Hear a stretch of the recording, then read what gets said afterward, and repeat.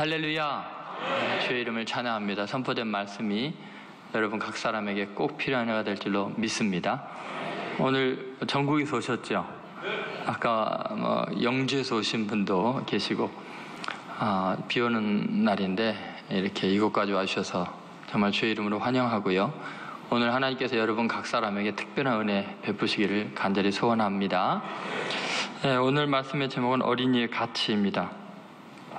도대체 우리가 지금 가르치고 있는 아이들이 어떤 가치가 있을까? 성경에서 또 예수님이 바라보는 아이들은 어떤 가치가 있는가? 또 세상 사람들이 아이들을 어떻게 대우하고 있는가를 보면은 정말 예수님께서 우리 아이들을 대하는 그 예수님께서 부여하신 가치는 우리가 생각하는 것보다 훨씬 놀랍습니다. 여러분이 지금 오늘도 아이들을 대하고 오셨죠?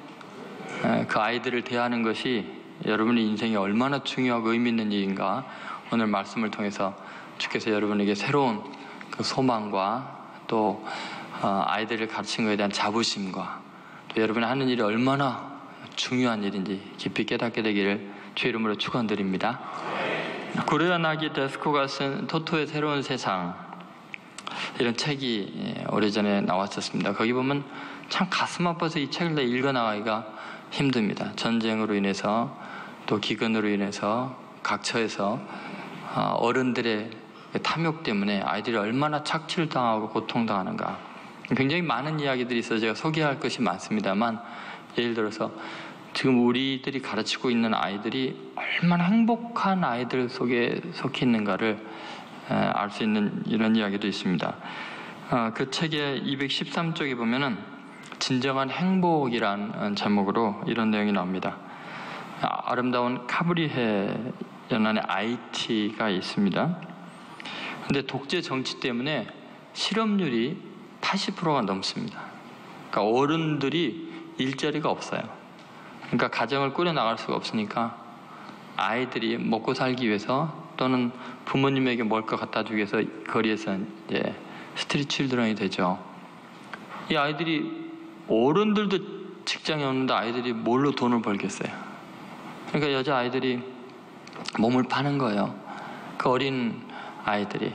카메라맨이 이렇게 카메라를 들고 가니까 12살 정도 되는 한 아이, 꼬마애가 무덤가에서 뛰쳐나와서 쫓아오면서 하는 말이 날 사세요, 날 사세요. 얼마면 되는데 6골드면 돼요.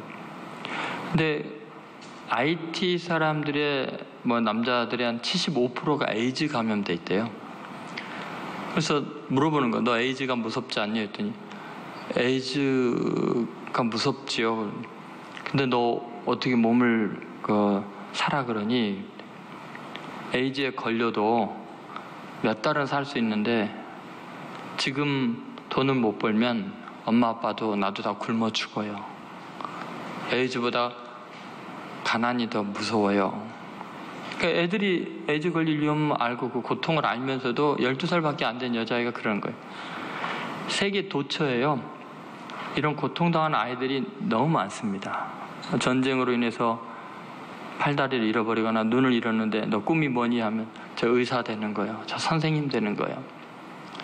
여러분 TV에서 지난번에도 봤는데 아프리카 한 부족이 다른 부족을 점령하면서 나중에 반란을 못 일으키게 그 부족의 아이들의 다리를 자르는 거예요.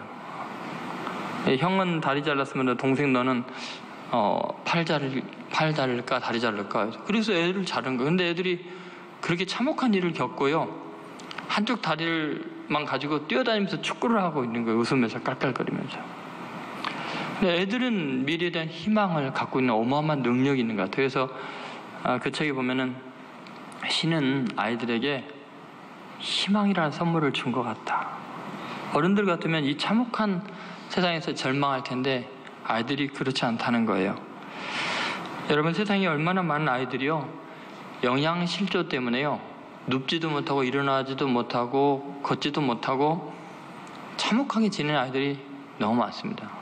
물 하나 기르기 위해서 수십 킬로를 걸어 다니는 아이들이 있습니다. 지뢰의 공포에 떨면서 잘린 다리를 끌고 다니는 아이들이 수없이 많습니다. 집이 가난해서 초등학교도 갈 수 없는 아이들이 너무나 많고요.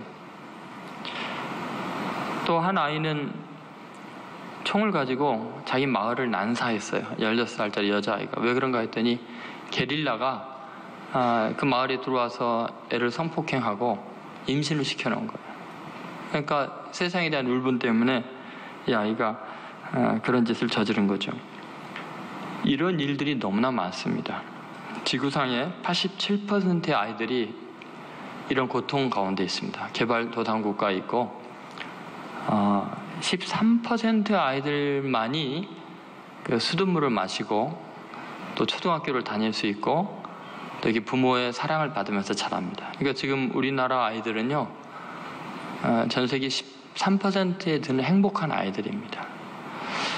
여러분, 이 세상에 얼마나 많은 아픔과 비극이 있는지 모릅니다. 특히 아이들에게 전쟁이나 기근이나 여러 가지 내전 같은 것들이 일어나면 이런 고통을 겪게 되죠. 주님께서 그래서 그런 말합니다. 세상에 실족하게 하는 일로 인해서 세상에 화가 있도다, 그렇게 이야기하시죠. 그럼에도 불구하고 주님은 아이들이 얼마나 훌륭하고 위대하고 가치 있는가를 이렇게 이야기를 하십니다. 제자들이 서로 다투고 있을 때 주님께서 한 아이를 불러서 가운데 세우시고 그 가치를 설명하시죠. 참 1, 2절 한번 같이 읽어보겠습니다. 1, 2절 말씀입니다. 그때 제자들이 예수께 나와 이르되 천국에서는 누가 크니이까? 예수께서 한 어린아이를 불러 그들 가운데 세우시고. 여러분, 여기 보면은 제자들이 천국에서는 누가 큽니까? 라는 이야기를 하잖아요. 자, 누가 크냐? 어른들의 세계는 경쟁 일색입니다. 누가 크냐? 이게 전쟁이죠. 늘 싸움입니다. 점잖고 예의 있고 굉장한 매너가 있는 것 같지만 그것도 전쟁입니다. 누가 더 매너 있나? 누가 더 세련됐나? 누가 크냐? 생각해보세요. 12제자, 주님이 가장 세상에 자랑할 것이 없는 인생들 중에서 뽑았습니다. 도저히 누가 크냐라고 물어볼 수 있는 형편이 아닌 사람들을 뽑았어요. 세상에 가장 미련하고 천하고 못 배운 사람들 뽑아다가 제자로 삼았더니 고작 그들이 3년 동안 쫓아다니면서 하는 게 뭐냐? 누가 큽니까? 그런데 직접적으로 예수님께 누가 크냐라고 말하기는 염치가 없으니까요. 이 어른들은요, 기가 막힌 위장수를 씁니다. 영적인 관심인 것처럼 앞에 뭐라 그래요? 천국에서는. 그러니까 영적인 표상을 사용해서 세속적인 욕망을 추구하는 것이 어른들의 모습입니다. 여러분, 교계에서 여러 가지 생각해 보세요. 대표 회장 되겠다고 얼마나 많은 일들이 일어납니까? 얼마나 많은 물질을 씁니까? 누가 크냐는 거예요. 대부분의 어떤 입후보자들은 물론 하나님의 나라에 대한 사명감과 하나님의 부르심 때문에 하겠지만 그 중에 크고자 하는 게 목적이어가지고 그런 사람들이 있어서 참 물을 흐려놓습니다. 어쨌든 어른들의 주 관심은 경쟁의식이죠. 누가 큽니까? 여러분, 교사로서 섬길 때도 꼭 기억하셔야 됩니다. 은근히 누가 크냐라는 경쟁의식으로 누가 부장 되느냐, 누가 총무 되느냐, 또 어느 반이 더 많냐, 그런 경쟁의식으로 해서는 안 됩니다. 제자들이 지금 주님 앞에 그렇게 왔을 때 주님은 사람을 외모로 보지 않고 중심을 보시는데 말로는 천국에서 하지만 그들의 이 욕망, 이 교만함을 아시고 얼마나 마음이 아프셨겠어요. 근데 그 어른을 치유할 수 있는 길이요, 어린아이였습니다. 그래서 어린아이 하나를 가운데 세우시고 주님께서 그 어린아이에게서 배워야 될 점을 말씀하십니다. 자, 여러분이 아이를 가르치는 것 같지만 실제로는 아이에게 배우라는 말입니다. 여러분이 복이 있는 이유는 여러분이 스승을 모시고 스승을 가르치고 있기 때문이에요.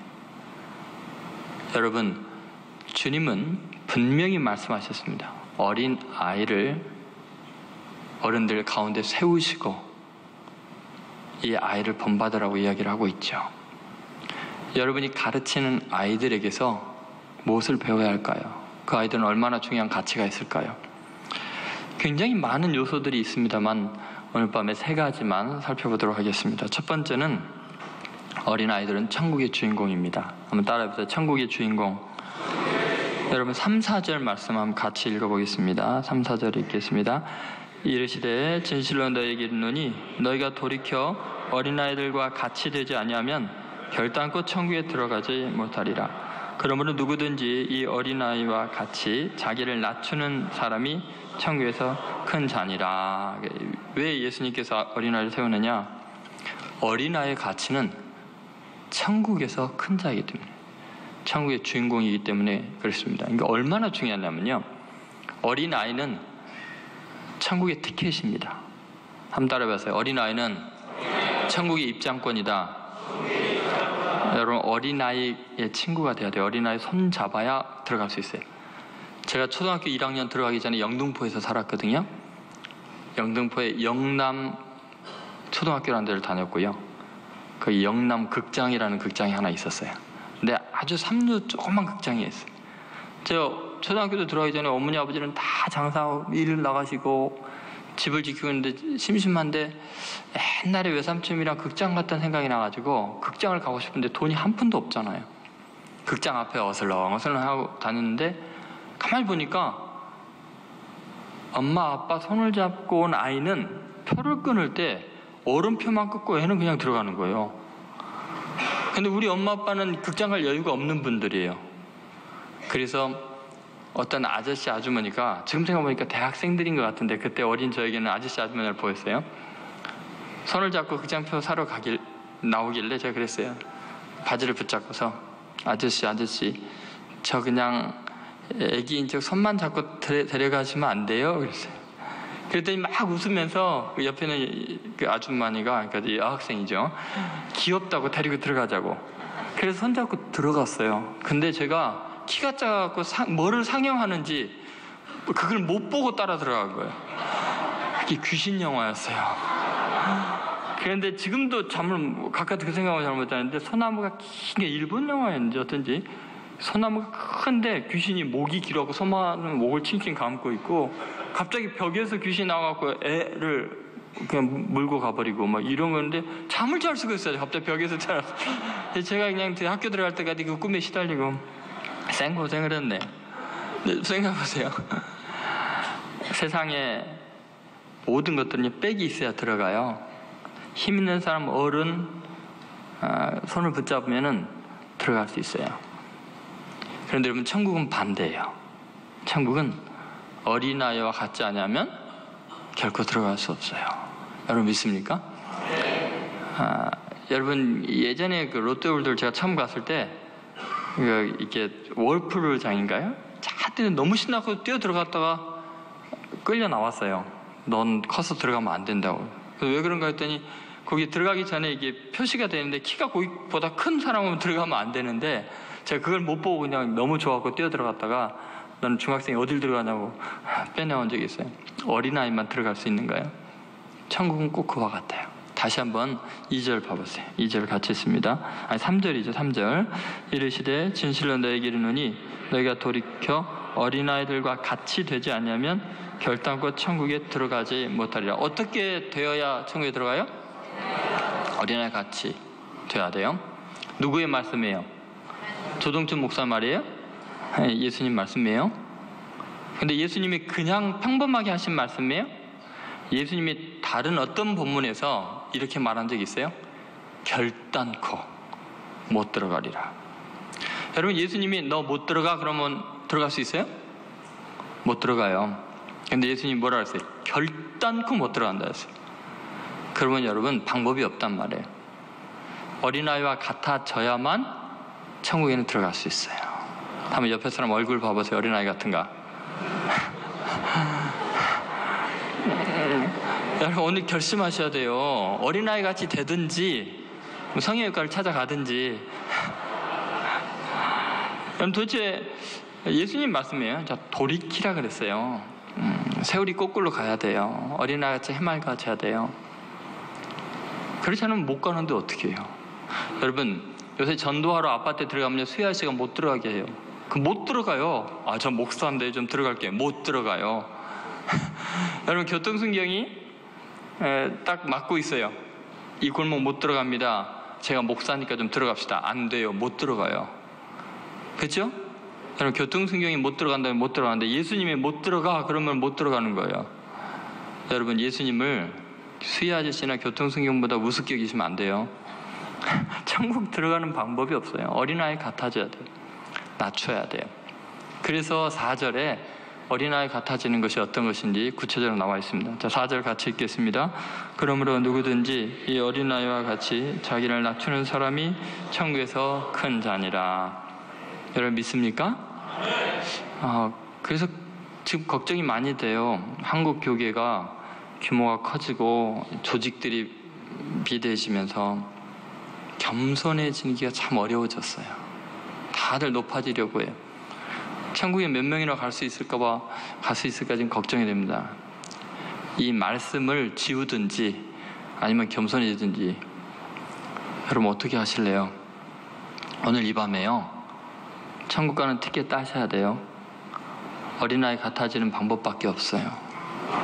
어떤 수를 써서라도 자기를 낮추셔야 돼요.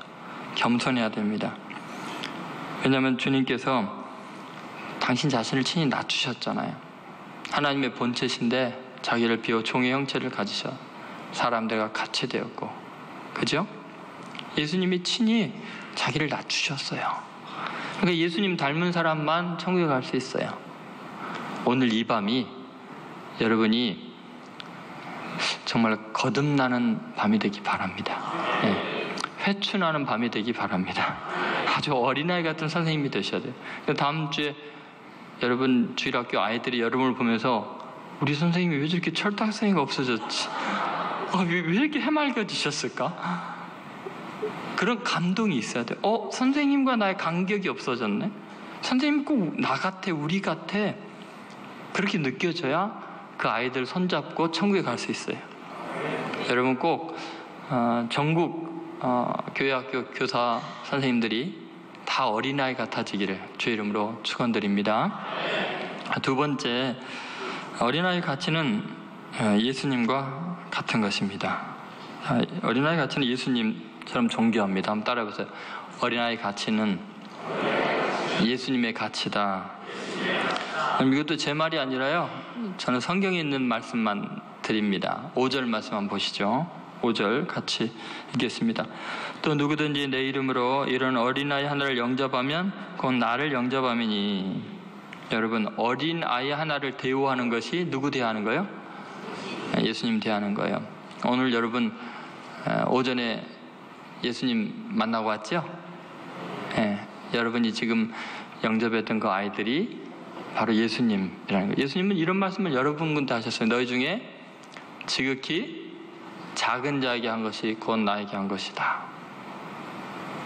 여러분, 예수님이요, 특별히 하늘을 우러러보면서 신적인 거룩한 분으로만 생각을 하는데, 실제 예수님은 우리 가운데 있는 가장 작은 자, 그 모습으로 우리 가운데 계신다는 거예요.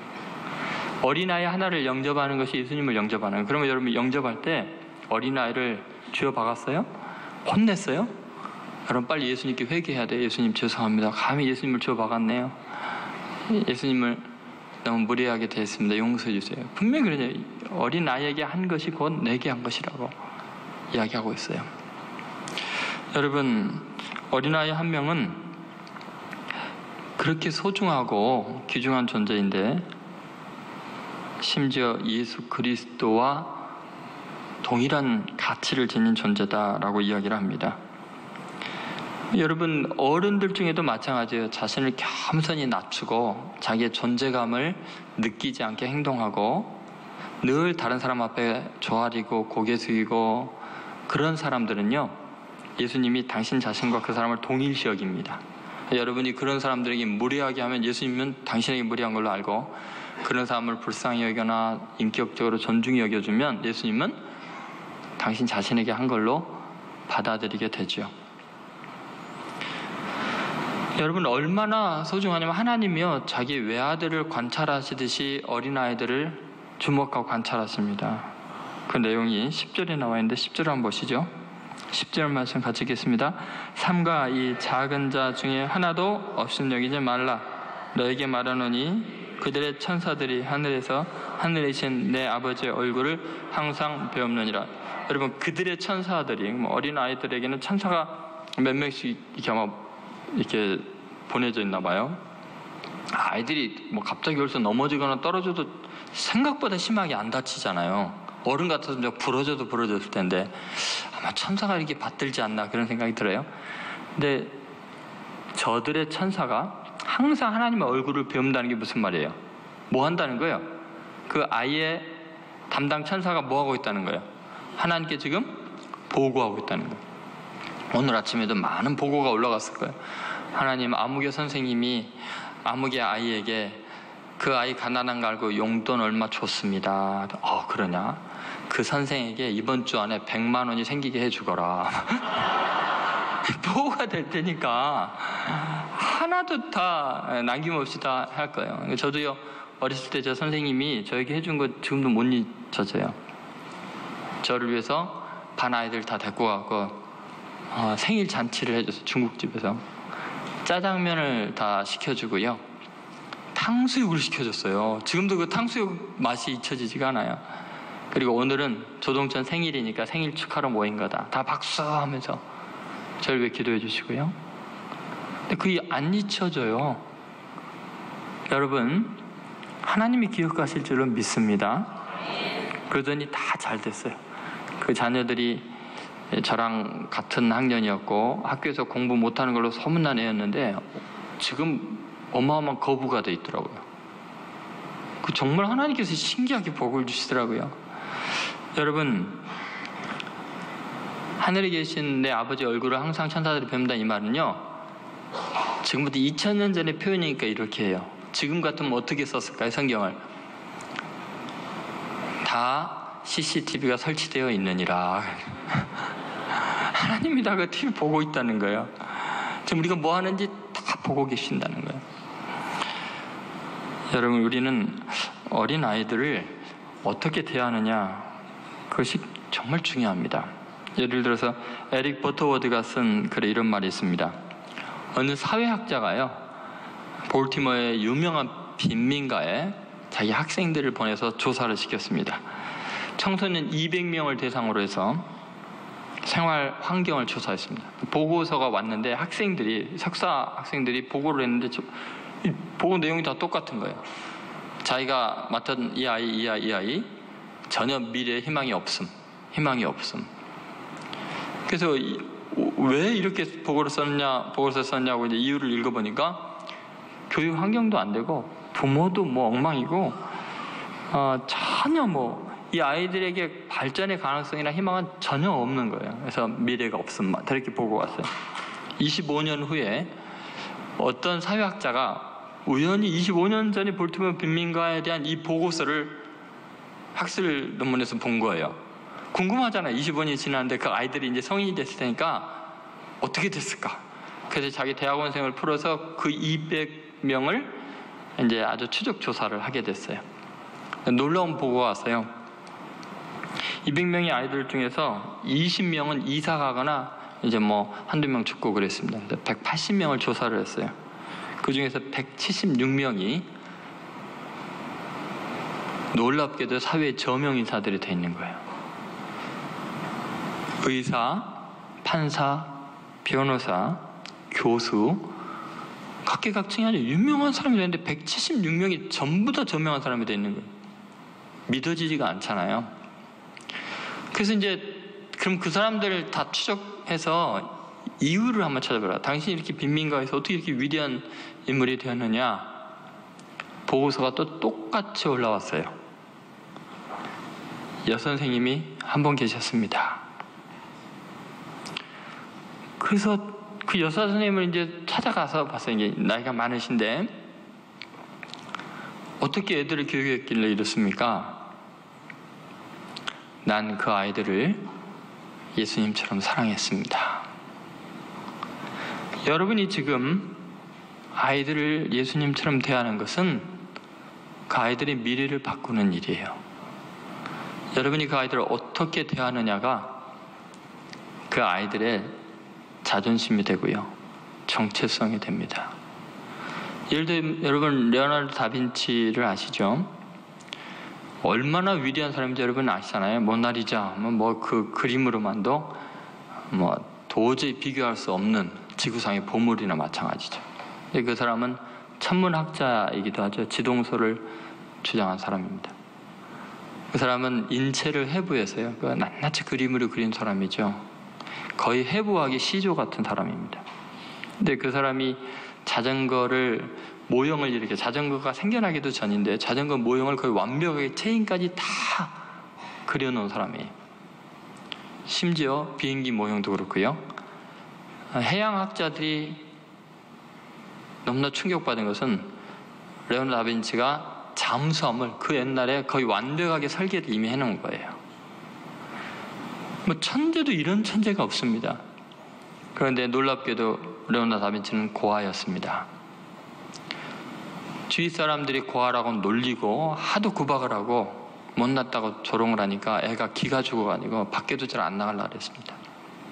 근데 그런 아이가 어떻게 해서 그렇게 위대한 인물이 됐을까? 그 할머니가 키웠거든요. 그 할머니가요, 이 애를 눈만 뜨면 하는 말이, 다빈치, 넌 뭐든지 할 수 있는 아이야. 넌 정말 대단해. 또 밤에 자기 전에도, 다빈치, 너는 원하면 뭐든지 할 수 있는 아이야. 너는 정말 훌륭한 아이란다. 계속해서 가장 위대하고 능치 못함이 없는 사람으로 인정을 해주니까 애가 그렇게 된 거예요. 여러분, 지금 여러분들이 가르친 아이들을 예수님처럼 존중이 돼주고 떠받들어주고 귀히 여겨주면요, 그 아이들은 자기가 거룩한 존재인 줄 알고 하나님의 아들처럼 행동할 거예요. 그 아이들을 사랑하면 그 아이들은 예수님처럼 존귀해질 겁니다. 그 아이들이 자기가 대우받은 대로 자기의 정체성을 갖고 있어요. 그럼 참 신기합니다. 제가 어렸을 때 어머님이 늘 저를 칭찬하셨어요. 너 어쩌면 너는 이렇게 명석하고 똑똑하고 훌륭하니. 별로 동감을 안 하시죠? 근데 저는 어렸을 때부터 뭐든지 못하는 게 없는 줄 알았어요. 시를 짓건 글을 쓰건 그림을 그리든, 심지어 그 전파상에서 TV로 홍수환 선수 권투 시합 같은 게 나오면은 사람들 빽하기면서 고개 내밀고 보잖아요. 보면서 차라리 내가 권투 선수가 될걸, 살짝 해서 이렇게 치면 끝날 거를 뭐든지 잘할 거를 생각을 했어요. 왜냐하면 어머니께서 항상 저를 칭찬해 주셨거든요. 한 번은 2학년 때 초등학교 선생님과 3학년 때 선생님이, 제가 청소를 구석에서 하고 있는데 2학년 때 선생님이 3학년 선생님한테 이런 말씀 하시는 게 들리는 거예요. 저기 청소하는 저 아이 동천이 아마 훌륭한 인물이 될 거예요. 틀림없어요. 저렇게 성실할 수가 없어요. 근데 그 말이요, 평생 안 잊혀져요. 그래서 저는 훌륭한 사람이 안 될 수가 없었어요. 선생님의 말이 이렇게 마음에 새겨져 있다 보니까 나는 훌륭한 사람인가 보다. 근데 내 속에는 고집도 있고 못된 것도 많은데도 나는 훌륭한 사람이고 착하고 성실한 사람이지. 그래서 정말 열심히 살았어요. 선생님 말씀이 새겨지니까 그렇게 사는 거예요. 여러분이 대하는 아이들을 예수님 대하듯이 대하면요, 그 아이들이 예수님 닮은 사람이 될 수밖에 없어요. 이 못된 건 말썽꾸러기 주워받고 맨날 그러면 못된 것이 될 수밖에 없어요. 어떻게 하실래요? 예수님 닮은 사람 만드실래요? 아니면 말썽꾸러기 만드실래요? 그러면 말썽꾸러기도 예수님처럼 돼야 하세요. 그러면요, 그 아이들은요, 겉으로는 장난치고 있어서 속으로요 평생 간직이 됩니다. 나를 이렇게 귀히 여겨주시는구나, 선생님이 계셨지. 저는 그랬으면 좋겠어요. 몇 년에 막 인터뷰를 하는데, 유명한 사람들 인터뷰를 하는데, 옛날에 선생님이 한 분 계셨습니다. 다들 그 선생님 때문입니다. 여러분, 꼭 여러분의 이름을 일생 동안 기억하는 아이들이 많이 생겨나기를 주 이름으로 축원드립니다. 세 번째, 아이들의 가치가 얼마나 놀라운가. 세상의 미래가 달려 있습니다. 한번 따라 해보세요. 아이들에게는 세상의 미래가 달렸다. 자, 7절 말씀 한번 읽어보겠습니다. 7절입니다. 같이 있습니다. 실족하게 하는 일들이 있음으로 말미암아 세상에 화가 있도다. 실족하게 하는 일이 없을 수는 없으나 실족하게 하는 그 사람에게 화가 있도다. 여러분, 실족하게 하는 일들이 있음으로 세상에 뭐요? 화가 있도다. 여러분, 왜 이 세상에 이렇게 재앙이 많을까? 어려움이 많을까? 그 아이들을 실족하게 했기 때문에 그 아이들이 자라서 세상에 화가 되는 거예요. 재앙이 되는 거예요. 여러분, 세상에 왜 화가 있느냐? 예수님 말씀 들으면은 아이들을 실족하게 해서 세상에 재앙이 생기는 거예요. 저는요, 우리나라의 미래가 심히 걱정이 됩니다. 왜냐면요, 지금 괴물들을 만들고 있잖아요. 아이들을 굉장히 똑똑하고 능력 있는 잔인한 기계로 만들고 있잖아요. 여러분, 사람이 능력이 없고 착한 게 나아요. 능력이 있고 악하면요, 재앙이 되거든요. 지금 아이들 정서를 다 파괴하고 있잖아요. 영혼을 지금 뽑아내고 있잖아요. 그냥 실력과 정보와 지식과 능력만 있는 지독한 이기주의자로 사람을 키우면 그게 괴물 키우는 거죠. 그러니까 아이들을 실족하게 하는 거죠. 여러분, 제가 어렸을 때 자랄 때요, 막 그렇게 많이 공부에 대한 압박감을 안 받았던 것 같아요. 제가 어렸을 때 무슨 일이 있었나 이렇게 생각해 보면요, 늘 그래요. 잠자리 잡으러 다녔고, 매미 잡아서 그 배 움직이는 것만 이런 날개 같은 거 관찰하고, 채송화 씨 받아서 조그만 유리병에다 담으면서 반짝반짝 빛나는 채송화 씹으면서 너무나 행복했고, 채송화 잎에 그 하늘거리는 투명한 색상을 보면서 감격하고, 개구리 잡으러 다니고, 잠자리 10손가락에다 가득 끼워갖고 신나하고 행복해했고, 욕심이 많아갖고 잡을 데가 없으니까 볼에다가 이렇게 붙여갖고 다니고. 여러분, 얼마나 행복했는지 몰라요.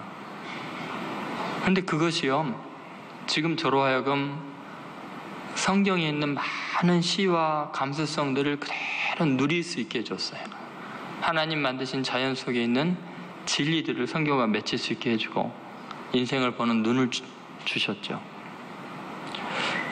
여러분, 지금 아이들은요, 자연을 접할 시간이 없어요. 풀 한 폭이 바라보지 못해요. 삭막한 아스팔트 길을 걸으면서 새벽같이 나가서 밤늦게 돌아오고, 끊임없이 모니터에서 영상으로 수업 듣고, 지금 아이들의 영혼을 파괴하고 있어요. 정서를 돌같이 단단하게 만들고 있어요. 신경을 쇠처럼 날카롭게 갈아내고 있어요. 지금 괴물 만들고 있어요. 세상에 그렇게 능력 있고 지혜 있고 힘이 있으면서 악한 이기주의자로 만들고 정서가 메마른 사람 만들면요, 나중에 그 능력과 힘 가지고 재앙이 될 수밖에 더 있겠어요. 세상에 화가 있다는 거죠. 소크라테스가 그 많은 철학자들을 찾아다니면서 네 자신을 알라 하면서 그들을 변화시키기를 원했어요. 근데 마지막 죽으면서 후회해요. 아, 이 어른들은 변하지 않는구나. 차라리 자기가 아이들을 가르쳤더라면 세상이 벌써 변했을 건데. 그러면서 그가 임종하면서 이런 유언을 남깁니다. 내일의 평화와 행복을 위해 어린이들에게 좀 더 많은 사랑과 정성을 기울여라. 지금 여러분이 아이들을 찾아서 전도하고 그 아이들을 사랑으로 양육하고 예수님처럼 귀히 대해주는 게요, 세상의 재앙을 막는, 나라와 민족을 지키고 세계 평화를 지키는 가장 위대한 일이에요. 미래를 여러분이 창조해 가고 있는 일이에요. 지금 여러분이 섬기는 그 아이들이 세상의 악을 제거할 사람들이에요. 세상의 비극을 막을 인물들이 얼마나 중요한지 모릅니다. 예를 들면요, 1889년과 1890년에 세계 역사를 바꿔놓는 두 아이가 태어나게 됩니다. 한 아이는 이 사촌과 있는 오스트리아인 부부 사이에서 출생하게 돼요. 아버지를 일찍 여인 소년이 알코올 중독자인 숙모 밑에서 자랍니다. 왜냐하면 자기 엄마가 유태인 남자와 바람이 나가지고 자기를 거의 내팽개치니까 엄마 그러지 말라고, 아무리 그래도 아이를 버리니까 숙모 밑에 알코올 중독자 숙모 밑에서 얼마나 두들겨 맞으면서 자라겠어요. 유태인에 대한 증오심이 가득해서 자라죠. 그가 나중에 16살 때 학교를 중퇴하고 극렬분자가 되죠. 아돌프 히틀러입니다.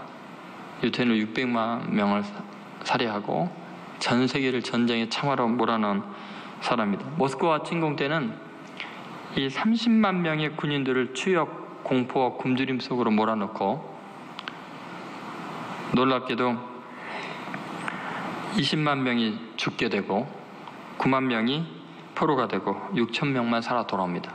근데 그게 불가능하다고 주위에서 말렸어요. 그럼에도 불구하고 내가 명령하는데 누가 감히 거둬두냐고. 자기의 명령을 실현하기 위해서 죽음으로 사지로 그렇게 30만 명을 몰아간 거죠. 아돌프 히틀러보다 1년 반 후에 미국의 텍사스주에서 한 아이가 태어납니다. 철도 노동자의 아들로 태어났습니다. 그 이름이 드와이트 데이비드 아이젠하워입니다. 어려서부터 부모님의 사랑을 많이 받았습니다. 신앙교육을 철저히 받았어요. 그 왜 이름을 드와이트 데이비드 아이젠하워를 졌나? 그러니까 아버지 이름이 아이젠하워니까 그러겠죠. 근데 드와이트는 무디 선생의 이름이죠. 드와이트 무디. 그래서 무디 선생님 같은 훌륭한 복음주의자가 되라, 이런 거죠. 그러니까 데이비드, 다윗 같은 신앙의 영웅이 되라. 도시에서 키우다가 신앙교육을 제대로 시키려면 도시에서 키우면 안 되겠어요. 그래서 캔사스주의 시골로 내려가서 신앙교육에 집중을 합니다. 나중에 이 사람이 육군 원수가 되고 34대 미국 대통령이 되죠. 결국 이 사람이 2차 세계대전을 승리로 이끌죠. 독재자 무솔리니를 물리치는데 또 히틀러를 격파하는데 가장 중요한 역할을 하게 됩니다. 노르망디 상륙 작전 때요, 아이젠하워가 총사령관이 돼서 지휘를 할 때요, 그가 늘 묵상하던 성경을 읽고 그 작전을 지휘하게 됩니다. 스가랴서 4장 6절 말씀, 이는 힘으로 되지 아니하며 능으로 되지 아니하고 오직 나의 신으로 되느니라. 그리고 하나님 앞에 모든 장병들이 기도하게 한 후에 그 작전을 수행하게 됩니다. 한 사람의 분노의 도끼가 전 세계를 전쟁에 참화로 몰아넣는데 그것은 부모의, 또 그 주위에 있는 사람들의 잘못된 교육 때문이었습니다. 한 아이를 신앙으로 바르게 키웠더니 전쟁의 참화를 종식시키는 평화의 사자가 되죠. 아이젠하워가 눈을 감았을 때 전 세계는 애도했습니다. 히틀러가 56살로 대피소에서 자살했을 때 전 세계가 환호했습니다. 여러분, 세상의 미래가 우리가 지금 키우는 신앙의 아이들, 거기 손에 달려 있습니다. 지금 세상은, 어둠의 세력은 어마어마하게 많은 어둠의 자식들을 지혜 있고 능력 있고 돈 많고 기술력 있고 과학에 뛰어난 인물들로 세상을 전쟁에 참으로 몰아갈 사람들이 키워나가고 있을 거예요. 근데 거기에 맞서서 세상을 구원하고 세상에 평화를 줄 사람들은 복음의 능력으로, 그리스도의 사랑으로 충만한 하나님의 사람들밖에 없습니다. 여러분들이 세상의 미래를 지금 결정할 만한 위대한 일을 하고 있는 거예요. 여러분 믿습니까? 여러분의 손에 세상의 미래가 달려 있어요. 여러분이 지금 매일매일 아이들을 가르치는 것은 세상을 지금 바꿔가는 일을 하고 있는 거예요. 여러분이 보여주는 신앙의 스타일과 믿음의 본질적인 요소들과 가치들이 그 아이들이 앞으로 세상을 바꾸어 나갈 방향들이에요. 여러분의 삶의 태도가 그들의 인생을 바꿀 뿐만 아니라 미래를 결정한다는 걸 잊지 마십시오. 여러분, 결론은 그렇습니다. 또 읽어보시면요, 그 다음에 나오는 것들이 그런 거잖아요. 발이 범죄케 하면 찍어내버리고, 손이 범죄케 하면 찍어내버리고, 눈이 범죄케 하면 빼버리라는 게 무슨 말이냐면 앞에 그거 따로 하면 안 돼요. 니네들이 아이들을 실족하게 하면 차라리 불구자가 되는 게 낫다. 아니, 애들을 실족하게 할 교사가 될 바야 차라리 연자못을 목에 감고 바다에 빠져 죽는 게 낫다. 차라리 없어지는 게 낫다. 여러분, 교사로서요, 단단한 결심을 해야 됩니다. 팔을 찍어내는 것 같이, 눈을 빼내는 것 같은 결단을 하고 아이들에게 복음을 전하고 사랑을 전하기로 결심하셔야 됩니다. 그 이유도 이런 양 비유가 나오잖아요. 찾을 때까지 찾는 거, 그냥 이게 따로 있는 게 아니에요. 지금 어린 아이 하나를 실족하지 않기 위해서 끝까지 찾아라는 거예요. 절대 포기하지 말라는 거예요. 여러분, 오늘 교사 헌신 예배를 통해서 여러분의 마음속에 어린아이의 가치가 깊이 새겨지기 바랍니다. 자, 천국의 주인공이에요. 한번 따라서 천국의 주인공. 예수님과 같은 가치예요. 네, 그 다음에 세상의 미래가 달렸어요. 그런 여러분이 지금 얼마나 중요한 사명을 감당합니까? 비교할 수 없어요. 여러분, 우리 교회는 찬양대가 굉장히 많이 좀 발전이 되고 많은 사람이 찬양대를 들어가요. 여러분 보시기 어때요? 잘해요? 네. 애들이 이 정도 잘하면 어른들은 어떻게 했어요? 근데 여러분, 저희 교회는 헌신된 교사들이 있지만 더 많은 사람들이 교사에 헌신하고 있지 않아요. 왜냐하면 교사의 직분이 얼마나 힘든지를 알기 때문이겠죠. 저는 오히려 교사 지원자가 너무 많아가지고 추려 뽑을 수 있었으면 좋겠어요. 한국 교회가 정말 위대하고 가치 있는 일에 투자를 하고 헌신했으면 좋겠어요. 지금 여러분이 이렇게 전국 각지에서 이 자리에 올 정도라면 여러분은 대단한 헌신자들입니다. 여러분의 가르침과 여러분의 삶을 통해서 한국과 세계의 미래가 바뀔 위대한 인물들이 지금 자라고 있다는 확실한 믿음을 가지고요, 최선을 다하셔서 하나님께로 큰 상을 받는 여러분 되시기를 주의 이름으로 축원드립니다.